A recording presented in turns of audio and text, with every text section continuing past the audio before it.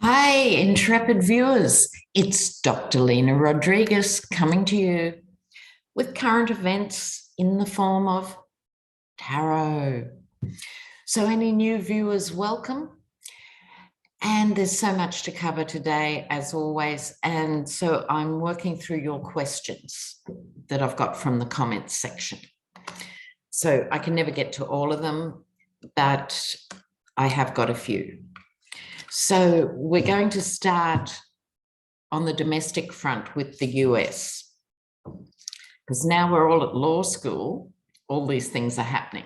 So there's the trial of the guys who wanted to kidnap Gretchen Whitmer. Is she the governor of Michigan, I think? And they actually had quite an advanced kidnap plot, and their trial is coming up as we speak, or it might have even started.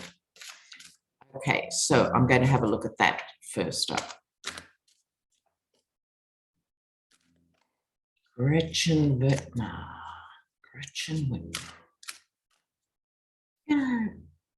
The disintegration of the political landscape, kidnapping,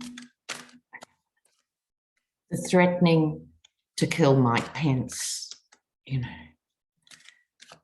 Not that I like the man, but he shouldn't be threatened with a public hanging by the mob, nonetheless. Don't they realise this cuts both ways? Anyway, let's just have a look at the kidnapping trial. Let's come on down here. Ooh, bang in the middle, death card.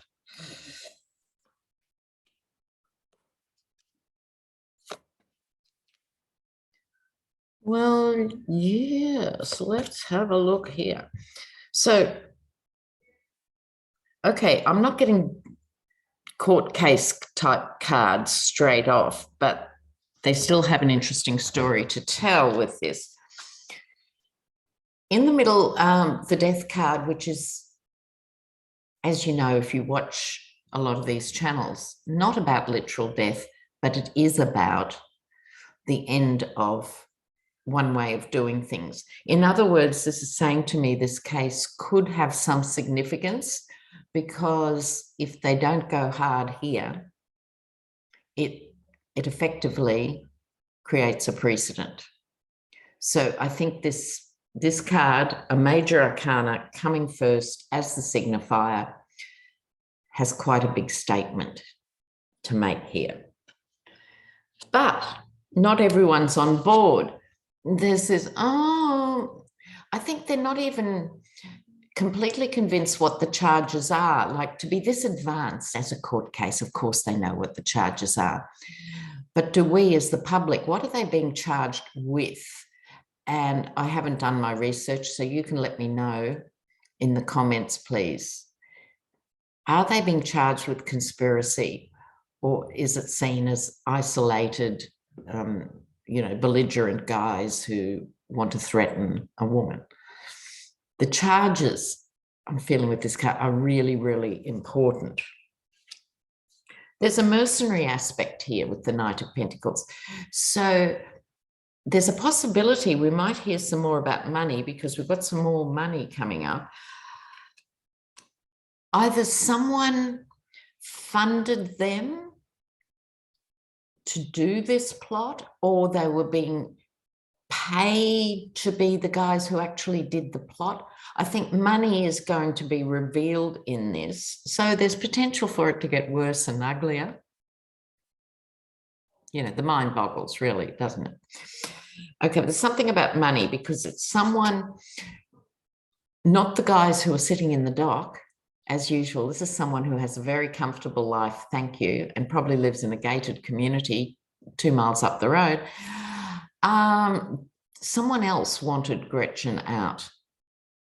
This could be a GOP lawmaker of some sort, or someone, donor, something. There's someone big who paid these guys, is what I think. We will see as the trial comes out.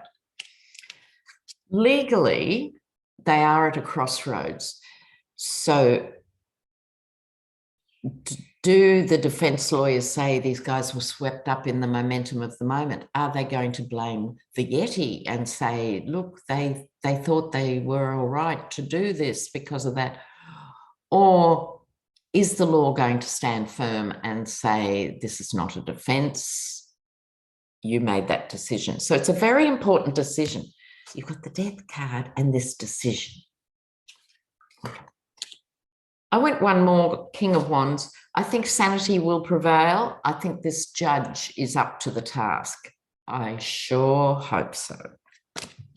So we'll have to keep a close eyeball on that case. Now, also, of course, Mike Lindell, Mr. My Pillow, he's tried to wriggle out of his court case with Dominion, but no, that is going to go ahead. It's funny, prior to all the Trump stuff, people, basically Democrats, were much more worried about the electronic voting system. I mean, we can't forget the Al Gore scenario, the butterfly clips or whatever it was in Texas, some lunacy about it. And now, ironically, it could be Dominion who gets huge settlements from these guys that could stop some of the future bad behavior. Okay, so what else is happening? Oh, yes, Ohio is talking about impeaching a judge who refused to go along with their blatant gerrymandering. Impeach a judge. Now, while we're still at law school, I want to know, is these attacks on the judiciary, is there going to be pushback at a federal level on judiciary, or does federal not matter in the US anymore? There is really no United States of America. There's only 50 separate states. Where is the federation in all this? So I want to know if there's going to be anything big and national as a pushback from judges. Big and national. A few of you asked questions that were similar to this, so I've rolled them into one. Okay. Oh, what fell out? Oh! The Hierophant. Love that. Okay, that's them. That's them. Okay.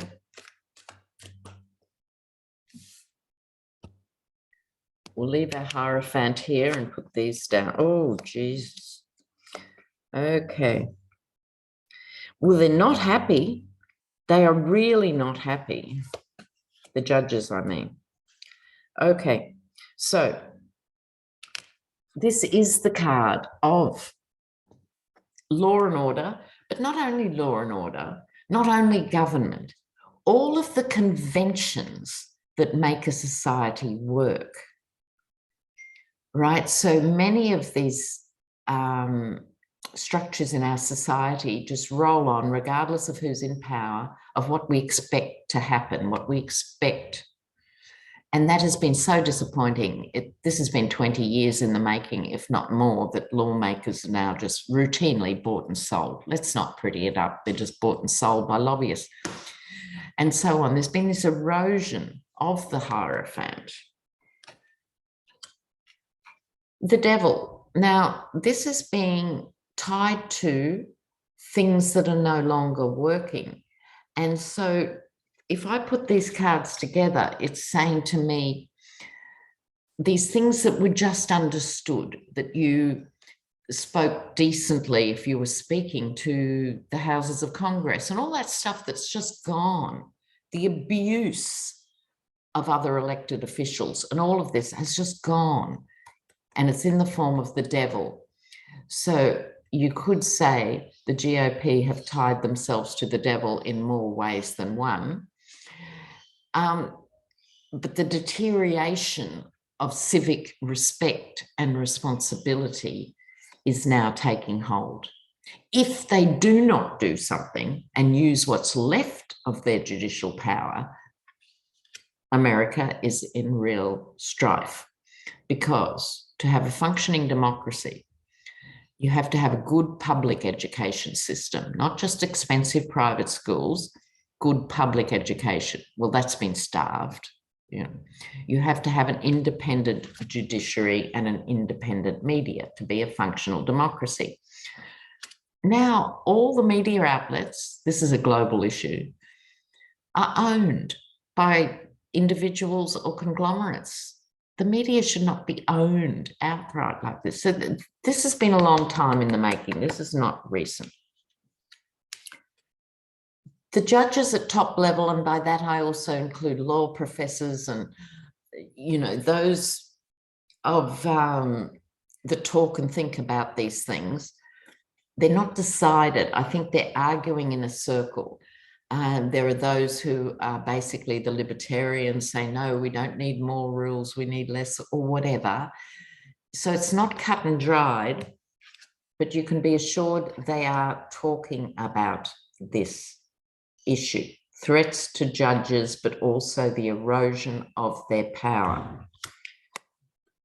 So you've got threats in the form of we know where you live sort of threats, and this in Ohio, which is different, impeaching a judge for this, for not agreeing with an immoral redistricting. What is that? What is that? That is an authoritarian regime.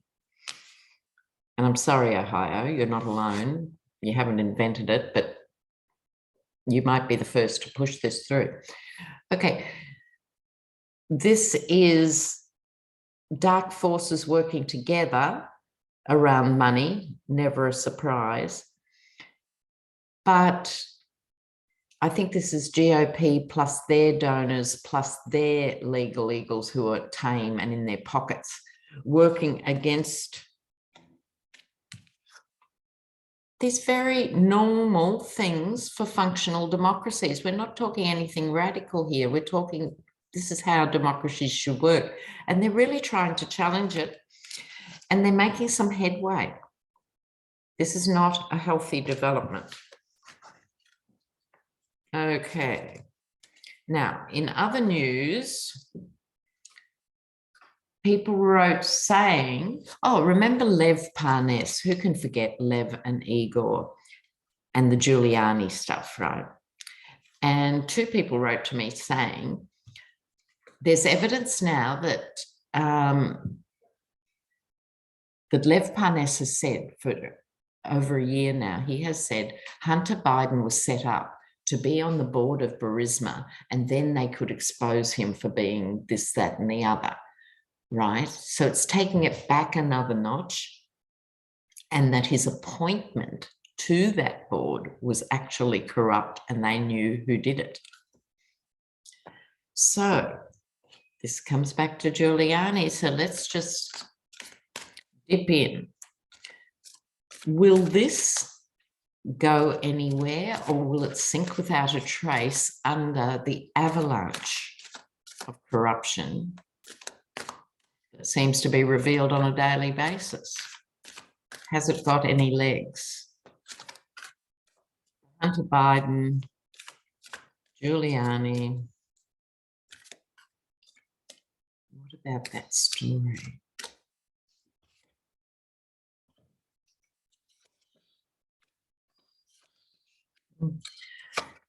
Oh, they've got the goods. They can prove this. Oh, wow.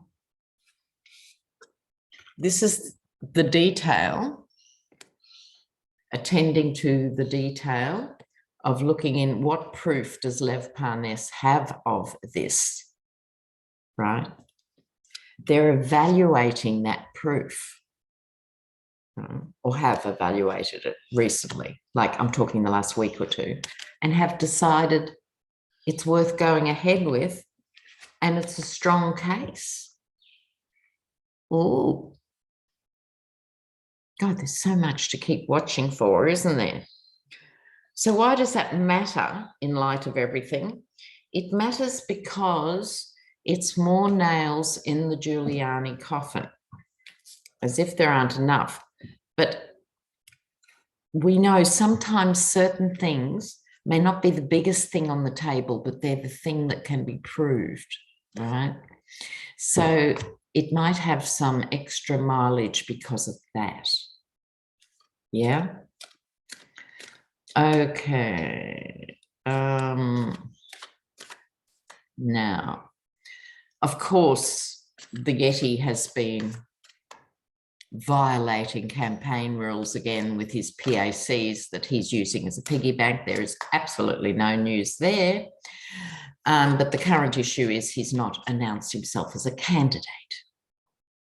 Right. If he had announced himself as a 2024 candidate, he has access to that PAC money.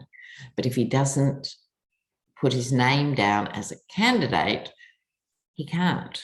That's never stopped him. And so far, the system hasn't stopped him. All right. Now, a viewer has asked about the Pandora Papers. At the end of 2021, God, it was only a year and a bit ago, and it seems like 100 years, doesn't it? The Pandora Papers and a collective of investigative journalists pooled their resources, what they knew, and they revealed it was something like 11 million pages of documents revealing the financial status of 35 world leaders. I think it was 35 world, and certainly lots and lots of billionaires and other powerful people. And again, it got lost in the wash, So the point is, these journalists have still been working on this material. So will we hear any more about the Pandora Papers? Will we hear any more about the Pandora Papers? These huge things just get run over.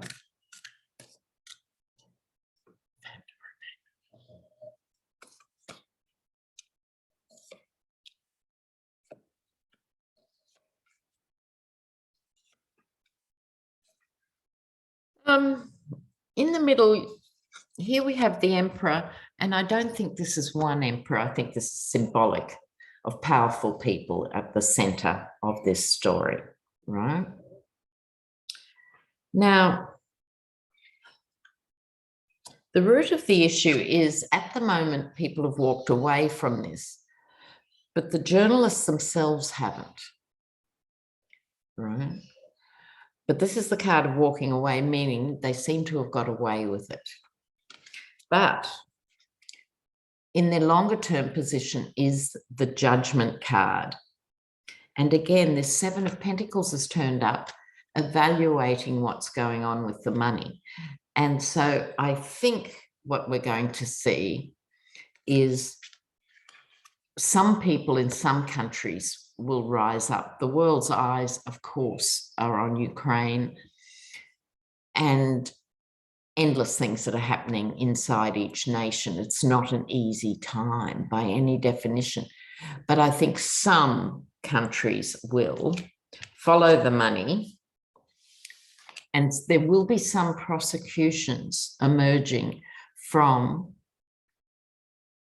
the Pandora Papers. I was going to say Panama Papers. That happened last time. These are the Pandora Papers. Yeah. So there were some prosecutions, but it's not going to be, world-shattering and thrilling, unfortunately. I mean, I'm sure it's good for whoever does follow it through, but there we go.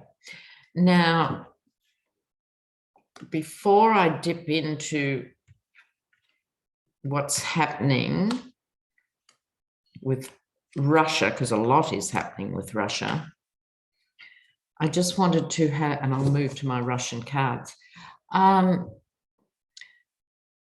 Just this last weekend, there were 9 mass shootings in the US. 9, one weekend.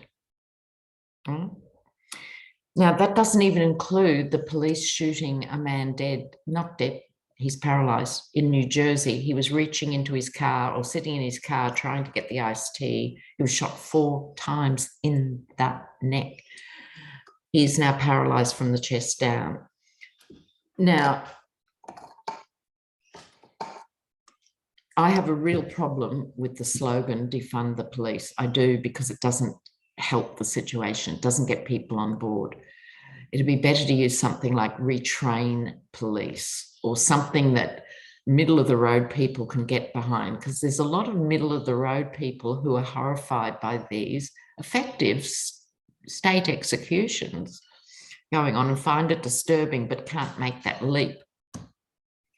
So I really hope and pray that the organisations who are monitoring these police shootings get the guidance and the financial support and stuff they need to bring about change. It has to change.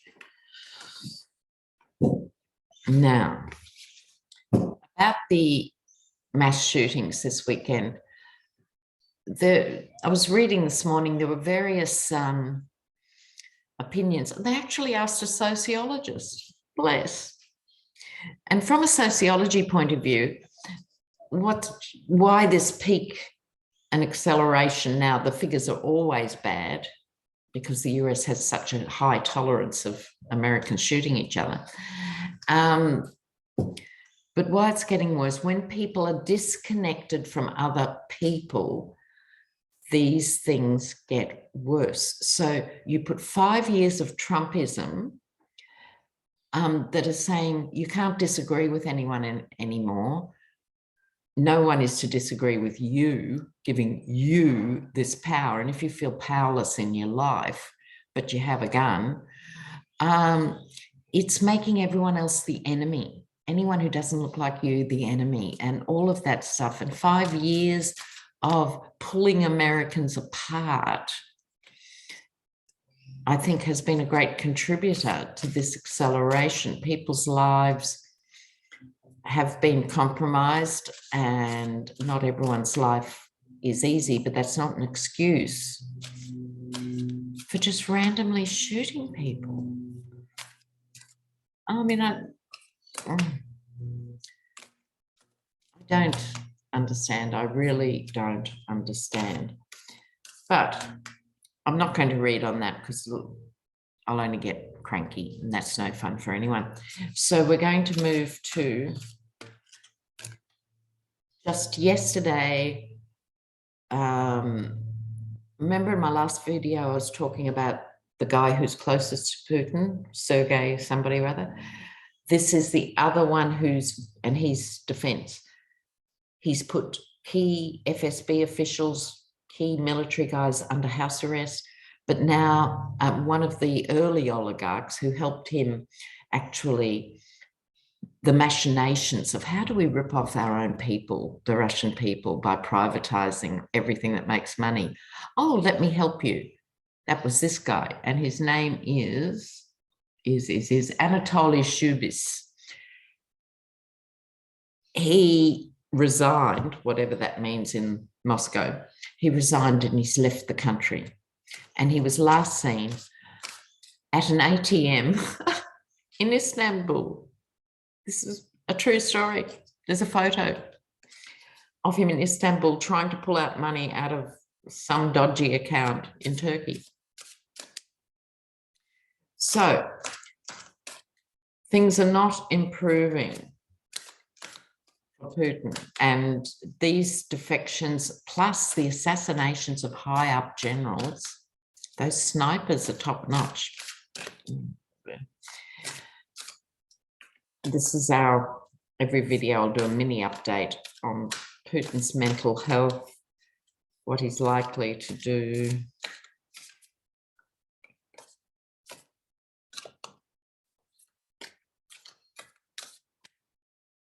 Okay.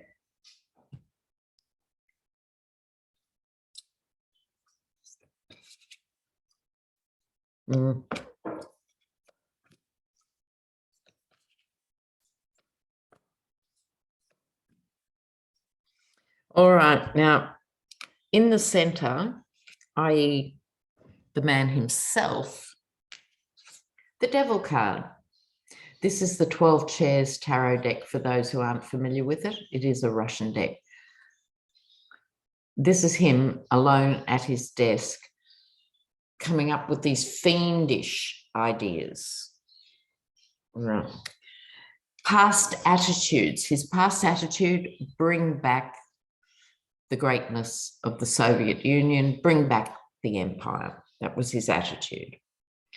His actions, how did he go about that? Well, just as I was talking about with that last question, greasing the hands of the oligarchs and convincing at least enough of the population not to rise up by saying things will be all right, right? He's managed to reassure the population until right now, until a month ago. I mean, there were always those who knew and who were brave and who took him on. Navalny's got another 9 years, by the way. Let's hope the world changes and he gets out before then. But until a month ago, he was the strong man who kept at least the body of Russia together. But now what is happening, the energy over this issue is time. The one thing he hasn't got is time. All right. So he can't afford to keep this going. I've read some comments where, yes, he can. No, he can't. I don't think he can politically as much as economically keep this going. I think he was hugely shocked by the savage nature of the sanctions. Russia's used to sanctions and they go so far, it doesn't affect any of the rich, you know, and you just go on TV every night and go, look, things will get better, and it's the evil West that are doing this to you. I'm protecting you from them. You know, but these sanctions are so massive, that's against him time-wise. Short-term outcome, the fool, I think he's going to continue. He's not going to suddenly come to the table or suddenly stop. At the moment, he is still in the fool mode. That could be some weeks or months. I would go as far as to say weeks or months. He's going to become more aggressive. But he doesn't know what to do. He's not sleeping and he doesn't know what to do. He's not sleeping, one, because I think he's massively stressed, but he doesn't trust anybody literally in his sleep. So the man is not sleeping. So if the big question is, if there's a chance of bringing him to the table, who is likely to do that? Who can bring? And let me tell you, it's not the US. Forget about that. It's got to be some of the others, big powers. Who can bring Putin to the table? That was just sloppy shuffling. Who can bring Putin to the table? Stop this carnage.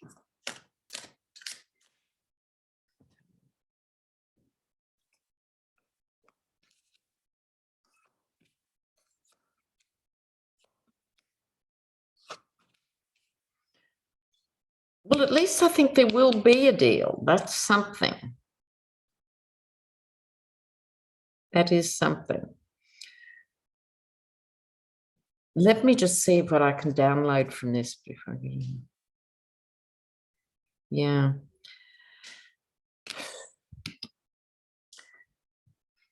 I think why he won't agree to anything very short term is he still believes in his narcissistic, sadistic, homicidal, aggressive fantasy that he can still survive this. I think he still believes that, but I think he's starting to waver. He'll be looking himself for a way out. I stress, he's not there yet. He wants a way out where he still looks strong, as they always do. Yeah. So he's going to have certain demands that he brings to the table. But the others around him, and by others, I think it's oligarchs, but you could probably say it would be some Chinese representation, some Indian representation, because they are still vaguely supporting him behind the scenes. It could also involve Macron, because they share the Syrian connection, could involve Germany and could involve Israel. I think a conglomeration. 9 of Pentacles. I think there's 9 countries talking about this, what they're prepared to offer him. I don't think 9 countries will sit down. I think it's more likely to be just 2 or 3. But I think there are 9 discussing it. And of those, they'll say, look, he'll listen to you, but he won't listen to you or whatever. And they'll whittle it down from the 9.